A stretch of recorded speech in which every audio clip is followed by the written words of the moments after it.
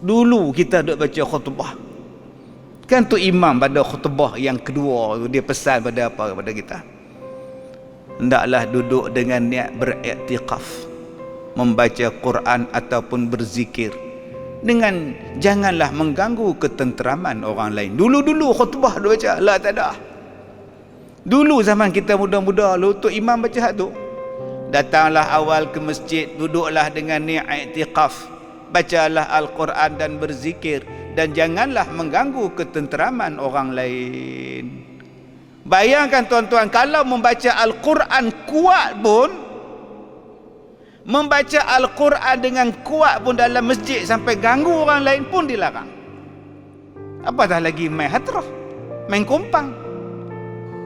Ini masalah kita hari ini ni. Yang suami dia meninggal, isteri nak pergi tengok juga mayat suami dia tu. Nak tengok-tengok juga sampai duk kacau, bukalah abah, bukalah sat, nak tengok muka dia, bukalah sat. Yang tukang kali kata berapa kali nak buka katuk, sudah ya jenis ni tuan-tuan, pergi angkat dia, boh lambai mayat, hantar balik. Pasal dia duk kacau orang. Tak pun dia pergi ziarah tu dalam keadaan pakaian menjolok mata, pakai baju hitam, tudung hitam, tapi ni hak dada ni nampak netting, jenis hak nipis ni. Tu imam baca telekin pun ya duk tengok yang tu sampai tak boleh nak baca telekin. Yang jenis ni pun tuan-tuan, ambil kain kapan hak lebih tu, balut dia. Yang ni yang dilarang. Tapi kalau dia tak kacau orang, dia pergi duduk pada tempat dia yang elok, maka hukum dia macamlah muka orang lelaki-lelaki pergi kubur, hukum dia dapat pahala menurut mazhab Hanafi dan Maliki. Bismillahirrahmanirrahim. Alhamdulillahi rabbil alamin, alladzi khalaqal mauta wal hayata liyabluwakum ayyukum ahsanu amala. Asyhadu an la ilaha illallah wa asyhadu anna Muhammadan abduhu wa rasuluh. Allahumma salli ala sayyidina Muhammad wa ala alihi wa ashabihil kiram. Alhamdulillah, muslimin dan muslimat, mudah-mudahan dirahmati Allah. Kita sambung pembacaan kitab kita baca kitab Muhimmah pada muka surat yang ke-14. Barisan di bawah sekali. Dan sesungguhnya telah diceritakan daripada Rasulullah sallallahu alaihi wasallam bahawa sesungguhnya ia tak kala datang ke Madinah, keluarlah ia kepada suatu jenazah. Maka melihatlah ia akan beberapa perempuan mengiring akan jenazah. Maka bersabda ia bagi sekalian mereka itu, adakah kamu menanggung beserta dengan sama-sama dengan orang yang menanggung? Maka sembah kami orang perempuan, tiada. Maka bersabda ia, adakah kamu bersembahyang berserta dengan orang yang bersembahyang akan dia? Maka sembah kami sekalian, tiada. Maka bersabda Nabi SAW bagi sekaliannya, balik oleh sekalian kamu, tiada ada di ziarah dan tiada ada pahala.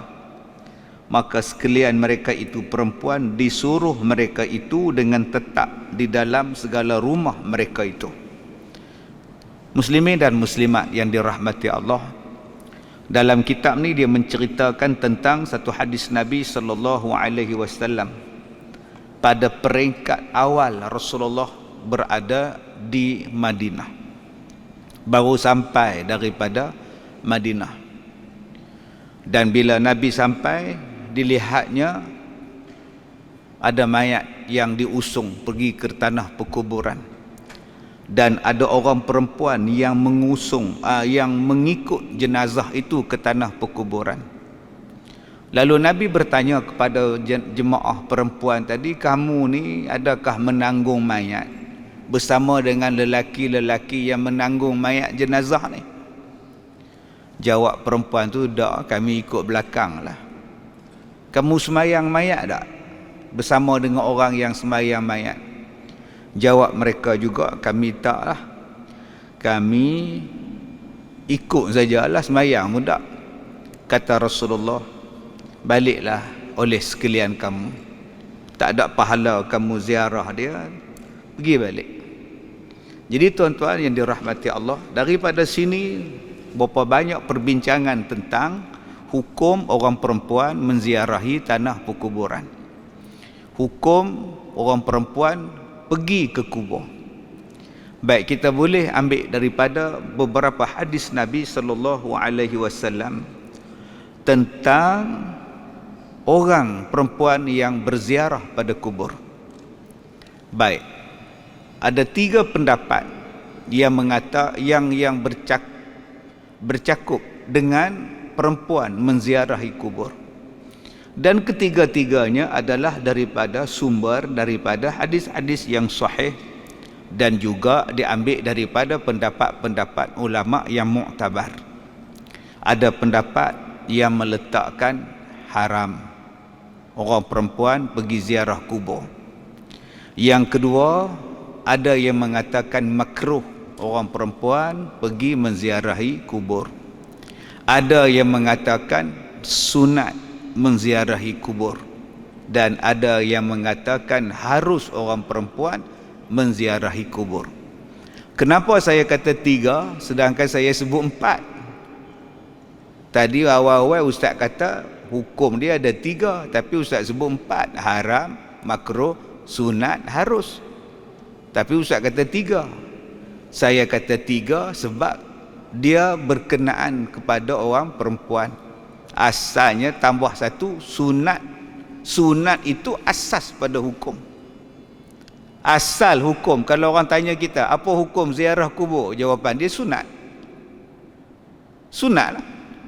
Tak dilarang, malah disuruh menziarahi kubur. Itu adalah asas ataupun asal hukum dia. Apa hukum asal menziarahi kubur? Sunat.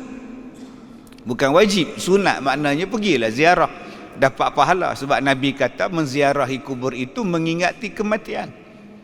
Diajar pula ada adab menziarahi kubur, maknanya benda itu adalah sunat. Tetapi bila datang kepada orang perempuan, dia tukar pula, jadi ada 3 lagi tambahan dia: haram, makruh dan harus. Baik, jadi tuan-tuan yang saya hormati, kalau kita baca hadis Nabi sallallahu alaihi wasallam tentang menziarahi kubur, yang pertama kita baca satu hadis Nabi sallallahu alaihi wasallam, anna Rasulullah sallallahu alaihi wasallam ata 'ala imra'atin tabki 'ala sabiyyiha faqala laha ittaqillah wasbiri. Satu hari Nabi Muhammad sallallahu alaihi wasallam tengok satu orang perempuan menziarahi kubur, dan orang perempuan tadi menangis di kubur. Maka Nabi SAW sebut apa pada dia? Ittaqillah wasbiri. Bertakwalah kamu kepada Allah dan sabarlah. Nabi tak kata pula haram. Nabi tak kata pula balik. Buat apa menangis di sini? Ini cerita Piramli. Nabi tak suruh perempuan ni balik. Nabi kata ittaqillah, bertakwalah kamu kepada Allah, wasbir, dan hendaklah kamu jadi orang yang sabar. Jadi di sini tuan-tuan, ulama-ulama bincang. Hadis yang mula-mula yang kita baca dalam kitab Muhimmah ini adalah melarang orang perempuan menziarahi kubur pada peringkat awal Islam. Kerana pada masa itu orang Islam, orang perempuan baru sampai Islam kepada mereka, kadang-kadang terbawa-bawa dengan satu sikap yang tidak boleh sabar dengan kematian. Dia ambil pada sikap orang-orang zaman dulu, zaman jahiliah, bila ada kematian dia meraung, dia meratap, dia pengsan, dia duk robek baju dia, duk tampar muka dia, duk cakar rambut dia. Maka kalau demikian kata Nabi, pergi balik. Jenis ni pergi balik. Yang ni asal dia pergi balik. Ada hadis yang melarangnya pergi. Maka sebab itulah ulama-ulama daripada mazhab Hambali mengatakan bahawa haram orang perempuan pergi kubur. Ini bagi mazhab Hambali haram. Jadi kalau tuan-tuan duduk Saudi, haram tak payah pergilah orang perempuan. Sebab tu dia halaunya orang perempuan pergi kubur. Sebab mereka ambil daripada Hambali. Hambali kata haram. Pasal apa haram? Pasal dia kata ada Nabi sebut suruh orang perempuan balik, tak ada diziarah, tak ada pahala balik, maka itu pegangan daripada mazhab Hambali. Tetapi daripada mazhab Hanafi dan mazhab Maliki pula, dia kata tak haram, sebab ada satu hadis Nabi SAW, orang tengok Siti Aisyah radhiyallahu anha menziarahi kubur saudaranya, kemudian balik daripada kuburnya, orang tanya pada Siti Aisyah radhiyallahu anha, daripada mana engkau wahai ummahatul mukminin, daripada mana engkau wahai ummul mukminin Siti Aisyah? Dia kata daripada kubur. Kemudian sahabat Nabi SAW sebut, bukankah Nabi Muhammad melarang orang perempuan menziarahi kubur? Siti Aisyah berkata, dulu Rasulullah melarang orang perempuan pergi menziarahi kubur, tetapi hari ini disuruh. Pasal apa? Pasal iman dah mantap, semua dah mantap, maka pergilah ziarah kubur. Maka hadis itu pula dipegang oleh Hanafi, dipegang oleh Maliki, mengatakan bahawa orang perempuan sunat menziarahi kubur macam mana laki-laki menziarahi kubur. Jadi dua-duanya hadis sahih. Satu, yang pertama, hadis sahih pun dipegang oleh Hambali. Yang kedua, yang membenarkan orang perempuan menziarahi kubur juga dipegang oleh Hanafi dan Maliki, dan kedua-duanya adalah hadis yang sahih. Habis itu ustaz, yang SPE je mana pula? SPE mana? Ingat SPE Kutiau lah. Syafi'i, SPE kita orang utara PE. Mazhab PE lagu mana pula? Oh, ada orang pergi buat melawak pula mazhab PE kita dah. Dia nak condemn mazhab kita, dia panggil nama lekeh pada Imam Syafi'i. Imam Syafi'i dua-dua dia pakai. Yang hadis sahih tentang melarang pun dia pakai, hadis sahih yang membenarkan orang perempuan pi pun dia pakai. Maka dalam mazhab kita makruh. Imam Syafi'i dia ambil jalan ikhtiyat. Apa jalan ikhtiyat? Dia ambil jalan selamat. Dia ambil kata makruh. Haram ke? Tak. Sunat ke? Tak. Habis itu makruh. Berdosa ke? Tak. Tak ada apa pi, bukannya haram, makruh. Disuruh ke? Tak juga. Tak. Kalau nak pi, silakan. Kalau saya tak mau pi, terpulang. Kalau saya pi juga, tak ada dilarang. Tetapi ada batas-batasan dia, ada hukum hakam dia. Nanti kalau kau buat benda-benda ini, kau jadi haram pula. Tapi kalau kau buat benda ini, kau dapat pahala sunat pula. Nah, begitulah dia Syafi'i. Kita ambil balik. Asas kepada menziarahi kubur, asasnya ialah sunat. Okay, kita orang Islam disunatkan menziarahi kubur. Itu asal hukum. Ada orang yang pergi ziarah kubur, macam mana ustaz? Duk menyanyi kat kubur. Dia menyanyi lagu apa? Dia menyanyi lagu apa? Lagu rock kah? Dia menyanyi lagu apa? Tak, dia duk menyanyi apa semua ni. Soalan, nyanyi lagu apa? Lagu rock pun ada, lagu dandut pun ada, lagu apa? Cerita elok lah. Dia bernasyid ke, dia berqasidah ke, dia berselawat ke, cerita elok. Jangan sebut menyanyi. Menyanyi ni umum.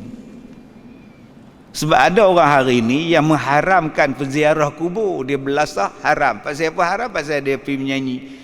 Tanyalah orang tu pergi menyanyi tu, menyanyi apa? Kalau pergi buat gazapati atas kubur, haram lah. Ambil gazapati kepala batah tu, pergi menyanyi sana tu. Dah tentu dah lah. Pergi buat konsert dandut pula situ, panggil Roma Irama tu, haram dah lah. Habis itu dia buat apa? Dia main qasidah. Buat apa qasidah tu? Dia memuji Nabi, memuji para sahabat, memuji Allah Ta'ala. Tak apa lah. Kayaknya dia buat apa pun.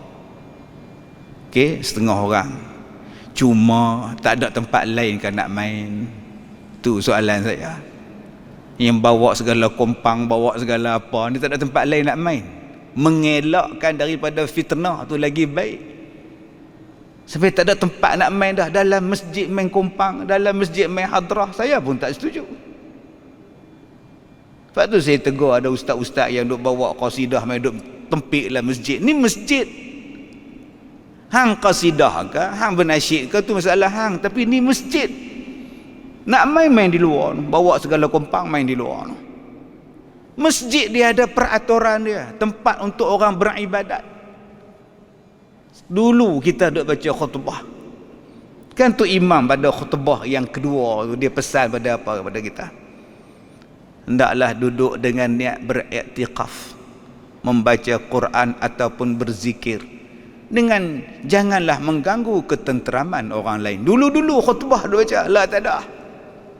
Dulu zaman kita muda-muda lu tu imam baca tu, datanglah awal ke masjid, duduklah dengan niat iktikaf, bacalah Al-Quran dan berzikir, dan janganlah mengganggu ketenteraman orang lain. Bayangkan tuan-tuan, kalau membaca Al-Quran kuat pun, membaca Al-Quran dengan kuat pun dalam masjid sampai ganggu orang lain pun dilarang. Apatah lagi main hadrah, main kompang. Yang ni yang saya katakan tadi, tak salah, tetapi mengelakkan daripada fitnah itu lagi bagus. Baik, asal kepada ziarahnya tadi adalah sunat. Pergilah ziarah, bagi salam, diajar kepada kita. Sampaikan nak pakai kasut dalam kawasan perkuburan pun Nabi ajar. Kasut apa yang boleh masuk, kasut apa yang tak boleh masuk. Diajar pada kita. Diajar pada kita adab dalam tanah perkuburan. Bukan adab dalam kubur, adab dalam kawasan tanah perkuburan. Saya kata adab dalam kubur pula. Jangan duduk atas kubur orang, jangan berdiri atas kubur orang, jangan duduk atas kubur tu. Nabi ajar adab pada kita. Baik, kemudian bila jatuh kepada hukum orang perempuan, apa hukum orang perempuan ziarah kubur? Ada yang mengharam berdasarkan kepada dalil-dalil hadis yang sahih. Ya, daripada hadis-hadis yang sahih itu dilaknat. Satu hadis yang diambil daripada riwayat Imam At-Tirmizi, la'ana zawwaratil qubur, zawwaratil qubur, dilaknat kepada orang perempuan yang menziarahi kubur. Hadis sahih. Maka Hambali pun berpegang dengan hadis ini. Mazhab Hambali kata haram orang perempuan pergi ziarah kubur. La'ana zawwaratil kubur, orang yang ziarah kubur. Hambali tak ada dolak dalil, dia kata haram, selesai masalah. Tetapi ulama-ulama membahas perkataan zawaratu. Asal daripada perkataan ziarah, singular dia ziarah lah. Ziarah. Mari kepada perkataan zawarat, maknanya banyak-banyak ziarah. Maka Imam Al-Qurtubi berkata hadis ini membawa maksud yang dilaknat ialah perempuan yang kerap menziarahi kubur, macam tak boleh tinggal kubur, maka dilaknat. Tetapi kalau sekala menziarahi kubur, bila ada kematian baru dia ziarah kubur, maka kata Imam Al-Qurtubi dia tak termasuk dalam hadis la'ana az-zawwaratil qubur, tak dilaknat kepada zawwaratil qubur, tak termasuk. Tuan-tuan tengok perkataan zawwarat. Zawwarat maknanya ialah orang yang kerap ziarah kubur. Perempuan yang ziarah kubur ni kerap, kata Nabi laknat pada dia. Kenapa? Sebab seolah-olah tak setuju hamba Allah tu mati. Seolah-olah tak setuju orang yang dia ziarah tu dia ambil nyawa. Seolah-olah tak reda dengan kematian. Sebab itulah disebut zawarat, maknanya banyak kali ziarah. Saya tak ada lah jumpa lagi perempuan yang ziarah banyak kali macam tu. Yang saya jumpa lelaki, tiap-tiap hari dia pergi kubur isteri dia. Ni bukan saya buat cerita ni. Tiap-tiap hari saya sampai pergi rumah dia, Abang Haji pergi mana? Balik kubur. Ziarah kubur siapa? Arwah isteri lah, kubur isteri. Semalam ziarah dah. Saya tiap-tiap hari pukul 9 saya pergi ziarah. baca Quran, buat tahlil, saya balik. Tiap-tiap hari tuan-tuan, bukan sehari, bukan sebulan, bertahun. Tu nama dia apa? Tu orang yang kerap ziarah kubur. Dia kata dia sayang dekat isteri dia, dia ziarah kubur kerap.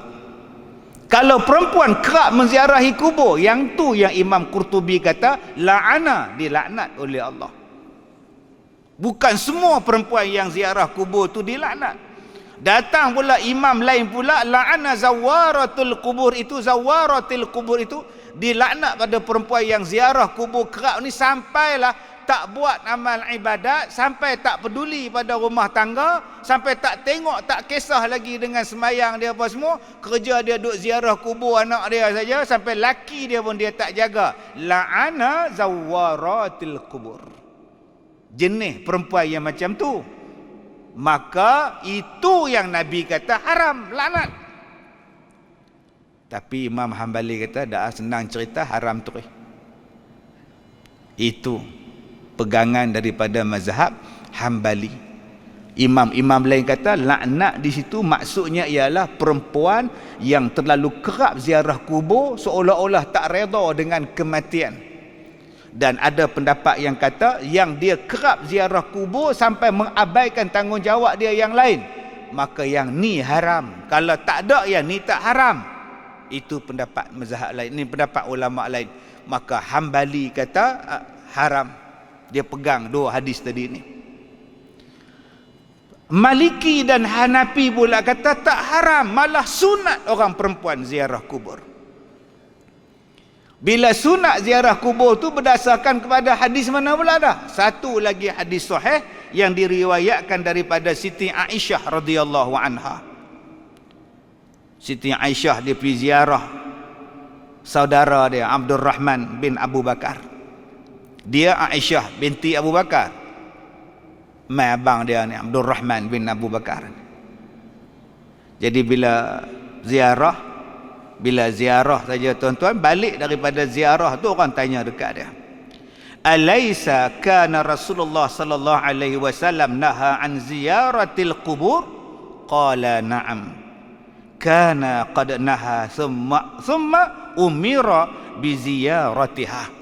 Orang tanya pada Siti Aisyah, wahai Aisyah, alaisa, bukankah Nabi sallallahu alaihi wasallam, kana Rasulullah sallallahu alaihi wasallam naha an ziyaratil qubur? Bukankah Nabi melarang kita ziarah kubur? Kenapa engkau ziarah wahai Siti Aisyah? Kata Siti Aisyah, betul, dulu dia larang, tapi hari ini umira biha, hari ini dia suruh kita pergi ziarah. Umira bi ziyaratiha, biziaratiha, dia suruh kita pergi ziarah. Hadis yang ni pun tuan-tuan, hadis yang sahih juga, menunjukkan bahawa perempuan boleh ziarah kubur. Maka pendapat ini dipegang oleh Hanafi dan Maliki. Jadi kalau ada orang perempuan ziarah kubur, tuan-tuan kata, makcik jangan pergi, dosa. Jangan, sebab ada hadis yang membenarkan orang perempuan, malah isteri Nabi ziarah kubur. Sebab hari ni cepat sangat kita pergi kata hukum wanita dilarang ziarah kubur. Ada yang tokok lagi pula, wanita yang haid dilarang masuk kubur. Mai tanya dekat saya, ustaz, betul ke wanita ada haid tak boleh masuk kubur? Saya kata, kubur tu masjid kan yang tak boleh masuk? Apa tak boleh masuk pula? Ada hadis ke? Tak ada. Yang jadi pertikaian masuk masjid, bukan kubur. Jadi kalau ada orang perempuan nak ziarah kubur, dia pegang Hanafi, nak kata apa? Selagi mana dia tak buat benda haram, dia tak mendedahkan aurat, dia tak menimbulkan masalah, dia tak meraung, dia tak meratap, melakukan bid'ah, tak apa. Ini masalah kita hari ini ni, yang suami dia meninggal, isteri nak pergi tengok juga mayat suami dia tu. Nak tengok-tengok juga sampai duk kacau, bukalah abah, bukalah sat, nak tengok muka dia, bukalah sat. Yang tukang kali kata berapa kali nak buka katuk, sudah ya jenis ni tuan-tuan, pergi angkat dia, bohlam mayat, hantar balik. Pasal dia duk kacau orang. Tak pun dia pergi ziarah tu dalam keadaan pakaian menjolok mata, pakai baju hitam, tudung hitam, Tapi ni hak dada ni nampak netting. Jenis hak nipis ni. Tu imam baca telekin pun, ya duk tengok yang tu. Sampai tak boleh nak baca telekin. Yang jenis ni pun tuan-tuan, ambil kain kapan hak lebih tu, balut dah. Yang ni yang dilarang. Tapi kalau dia tak kacau orang, dia pergi duduk pada tempat dia yang elok, maka hukum dia macamlah muka orang lelaki pergi kubur, hukum dia dapat pahala menurut mazhab Hanafi dan Maliki. Syafi'i macam mana Ustaz? Syafi'i dia ambil jalan tengah. Dia ambil jalan ikhtiyat. Pasal ada dua hadis sahih, dia ambil jalan tengah, makruh. Berdosa tak Ustaz kalau orang perempuan pergi? Tak berdosa, selagi mana dia tak buat benda-benda yang dilarang di kubur. Kalau dia pergi Ustaz, dapat pahala tak Ustaz? Dapat pahala. Kalau dia pergi tu, dia baca doa juga, dia baca Quran juga, dia bagi salam juga, macam orang lelaki-lelaki lain, dapat pahala. Kalau dia pergi saja-saja Ustaz, tak buat apa pun, dia duduk menung dekat motor, atas motor lelaki dia tu, harus. Jadi selesai masalah bagi bab orang perempuan. Jadi hak kita baca dalam kitab Muhimmah ni Ustaz, ni peringkat awal Nabi Muhammad sampai di Madinah. Peringkat awal-awal Islam di Madinah. Nabi tengok orang masa itu masih lagi duk bercempera lagi tentang adat-adat yang terbawa-bawa. Maka pada peringkat itu Nabi tak pergi-pergi. Okey Ustaz, dalam tiga tadi ni, Hanafi, Syafi'i, Maliki, Hambali apa semua ni, yang mana yang paling betul Ustaz? Yang mana yang paling betul Ustaz? Semua betul. Tak nak tanyalah, mana boleh semua jadi Johan? Mesti seorang jadi Johan. 5 bertanding, mesti 5-5 Johan Ustaz. Tak ada Ustaz, mesti seorang je Johan. Ingat ni bertanding pilihan raya, seorang menang, seorang kalah. Ni hukum. Bila sebut yang ni, semua betul. Sebab semuanya ada hadis. Tak nak tanya yang mana yang betul-betul. Lah, dah kata betul-betul, semua betul. Tadi Ustaz kata yang Nabi haram tu peringkat awal dia Islam awal. Jadi keadaan tu huru-hara sikit tu Nabi tak bagi perempuan pergi. Lepas tu mungkin Nabi dah tarik balik hadis tu kan. Adakah yang dulu tak terpakai yang sekarang terpakai? Tak, Nabi bukan macam tu. Bukan macam itu. Satu hari Nabi Muhammad dengan grup 30 orang lebih kurang, rombongan yang kecil, sini dia berjalan, Nabi terjatuh. Naik kuda, Nabi terjatuh. Nabi sakit belikat ni. Nabi tak boleh berdiri. Bila datang semayang, Nabi tak boleh bangun, Nabi semayang duduk. Jadi sahabat-sahabat semua berdiri. Jadi Nabi kata duduk. Aku duduk, hampa duduk. Maka semua pakat semayang duduk. Kemudian Nabi Muhammad sakit di Madinah. Nabi dah sakit tua dah. Nabi Muhammad orang papah dia main semayang jadi imam di masjid. Nabi duduk. Sahabat-sahabat semua pakat duduk. Dah tengok Nabi duduk. Nabi kata hampa bangun. Aku seorang duduk, hampa berdiri. Dua-dua betul. Yang semayang tu imam semayang duduk sebab sakit, makmum semayang berdiri itu dipegang oleh mazhab Syafi'i. Kalau tu imam semayang duduk sebab sakit, makmum pun kena duduk sebab imam sakit, duduk, maka dipegang oleh mazhab Hambali. Dua-dua sahih. Jadi yang mana yang betul Ustaz? Dua-dua betul. Tu dia jawapan dia. Tu pulang pada tuan-tuan, itulah nama dia mazhab. Yang kita duk tolak mazhab pasal apa? Terpulang. Kita sakit gout kebetulan tu imam yang duduk, oh cantik, aku pun duduk sekali pasal aku gout. Aku kuat tu, tak seronok sembahyang duduk pula dah. Tak apa hang sembahyang, diri imam sembahyang, duduk dia sakit. Dua-duanya ada hadis yang sahih.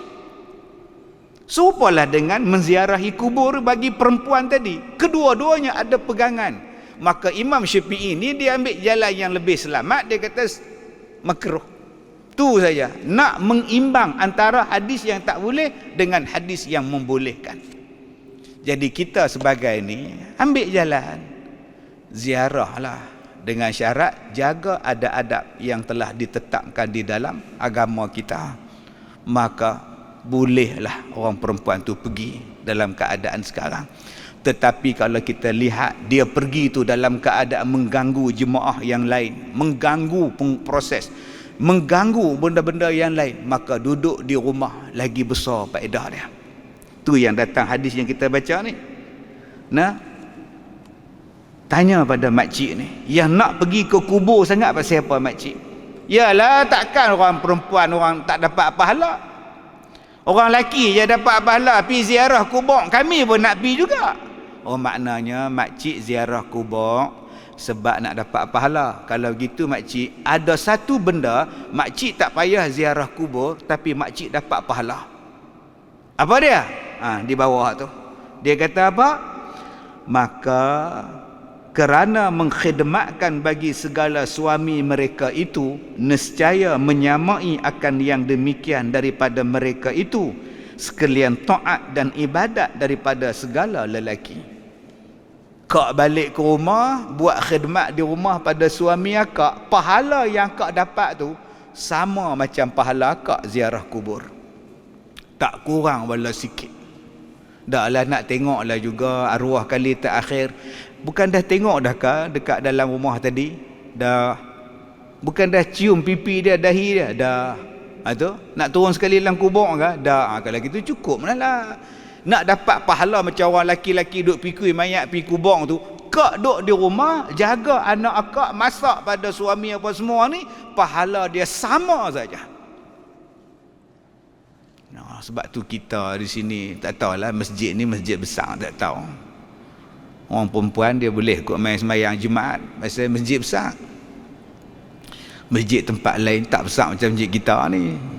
Mai orang perempuan nak sembahyang Jumaat jenuh bersilat kita pun. Okey, jadi sebab tu tempat kita ni jaranglah orang perempuan mai sembahyang Jumaat. Tu pun sebab ada orang perempuan komplain pasal apa laki-laki kena sembahyang Jumaat, kami tak wajib, kami pun nak sembahyang Jumaat juga. Mak ngah pun nak pahala juga, takkan tu imam je dapat pahala Jumaat, kami pun nak Jumaat juga. Sudah. Kita kata mak ngah, mak ngah duduk di rumah, jaga suami mak ngah, jaga rumah tangga mak ngah tu, pahala dia macam pahala laki-laki sembahyang Jumaat. Masalahnya mak ngah tak ada laki. Dia menjawab pula, tak kira lah mak ngah, apa saja yang mak ngah buat di rumah tu pahala. Tapi kalau masjid kita ni luar, selamat daripada fitnah, bolehlah mari sembahyang. Ada masjid negeri mana apa, ada tingkat atas tu perempuan sembahyang Jumaat ada. Saya pergi belah-belah Berang di Tanjung Malim tu, ada perempuan main sembahyang Jumaat. Tapi dia sekadar sembahyang sajalah, dia tak dikira lah jemaah ni. Silakan, tak ada pula tu imam tu nak dilarang. Kebetulan masjid dia besar, orang kampung tak ramai, perempuan pun main sembahyang Jumaat juga. Taklah jadi satu kewajipan pada orang perempuan. Tapi kalau makcik nak dapat pahala, Allah Ta'ala ni hadir, dia adil, dia letakkan pahalanya sama. Laki-laki nak dapat kena sembahyang Jumaat, perempuan nak dapat pahala ni tak payah sembahyang Jumaat, berkhidmat di rumah dia pun dapat pahala Jumaat. Ini adilnya Tuhan, pahala tetap sama dapat. Baik, kemudian seperti barang yang lain yang diceritakan di dalam beberapa khabar bahawa sesungguhnya seorang perempuan datanglah ia kepada Nabi sallallahu alaihi wasallam, maka perempuan ni ditanya oleh Nabi sallallahu alaihi wasallam, apa bicara engkau? Maka sembah ia, ya Rasulullah, bahawa sesungguhnya kami hendak membawa datang segala perempuan kepada engkau. Rupa-rupanya dia ni tuan-tuan, ketua kaum ibu, ketua pergerakan wanita zaman tu, ketua NGO lah kot. NGO nama dia Ngo, tambah K belakang Ngo.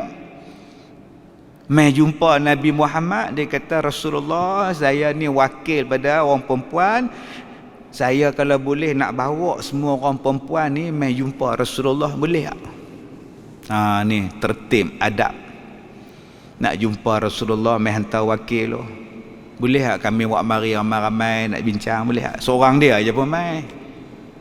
Nak pergi rumah orang, adab. Nak jumpa dengan orang, adab. Nanti kalau orang marah, kita marah balik. Adab.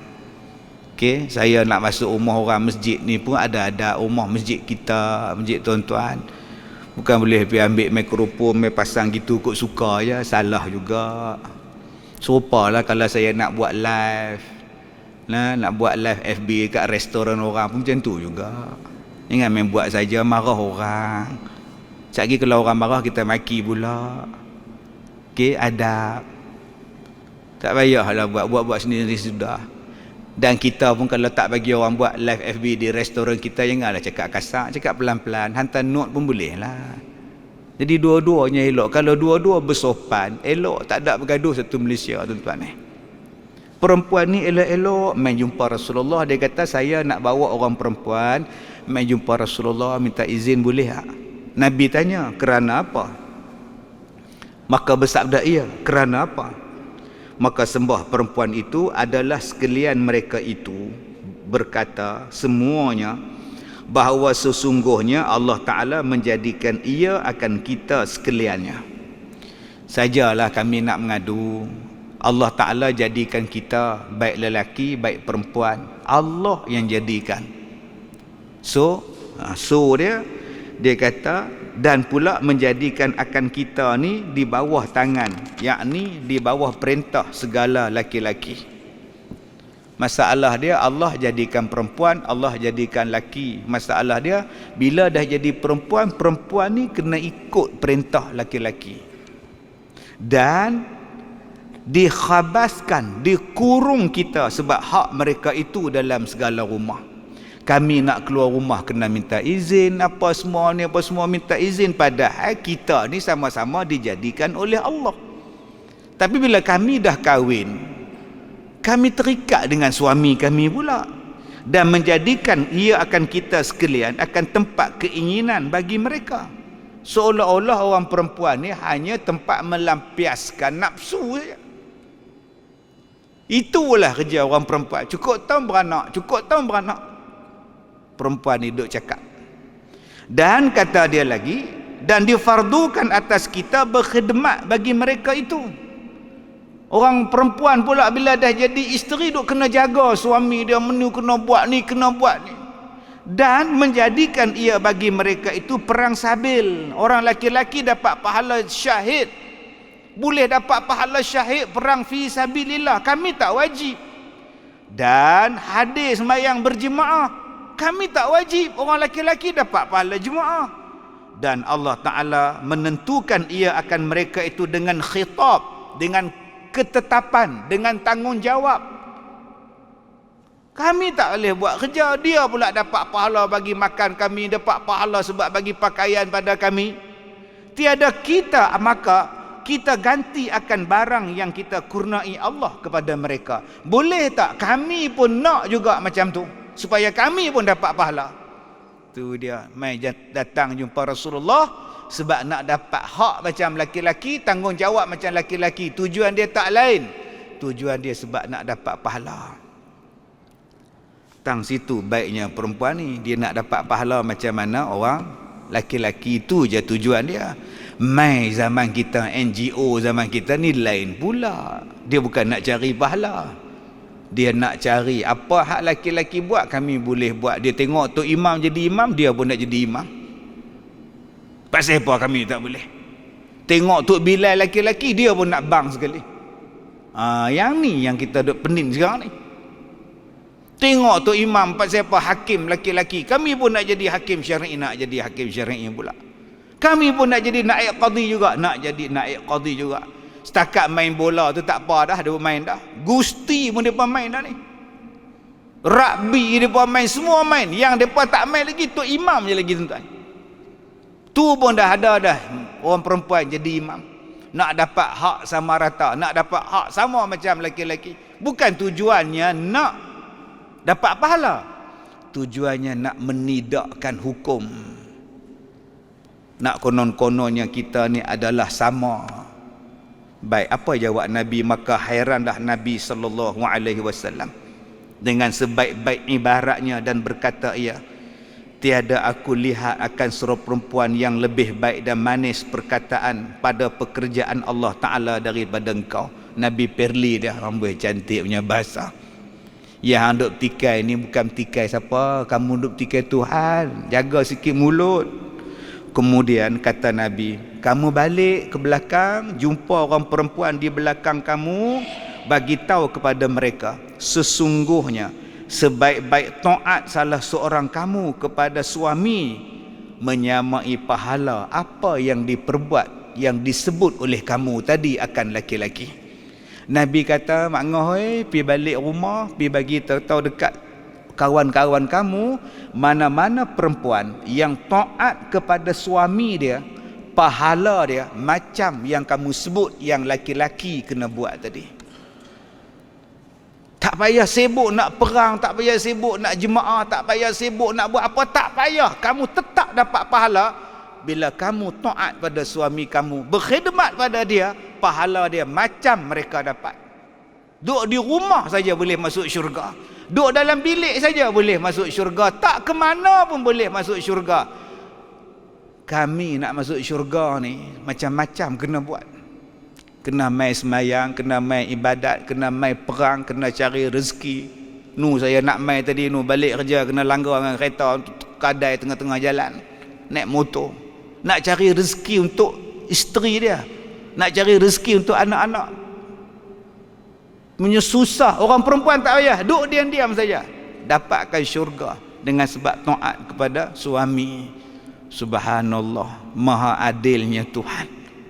Jadi jangan abang pula jadi macam perempuan pula, saya pun nak duduk kat rumah Ustaz, nak dapat syurga daripada rumah tu pula. Nah, tu yang saya tak semayang di masjid, saya tak buat apa tu, silaplah. Kita laki-laki, yang inilah kelebihan kita. Allah Ta'ala letakkan kemuliaan pada kita. Baik, sekadar itu sahaja tuan-tuan. Saya pun masih lagi belum sihat sepenuhnya. Mudah-mudahan Allah merahmati. Terima kasih pada tuan-tuan. Mudah-mudahan doa tuan-tuan supaya saya sihat dimakbulkan oleh Allah. Ya, penyakit baru saya ni, doktor pun tak tahu sakit apa. Saya pun dah tak larat lah jadi bahan uji kaji tuan-tuan. Ya, tak tahu sebab saya hilang pertimbangan, hilang perseimbangan, tak boleh berdiri, tak boleh bangun, tak boleh bercakap. Buat MRI masuk semua dah, doktor dah suruh balik, dia surrender dah. Jadi hanya Allah sajalah tempat kita mengadu. Mudah-mudahan Allah memberkati kita. Sekian, wabillahi taufiq wal hidayah. Assalamualaikum warahmatullahi wabarakatuh.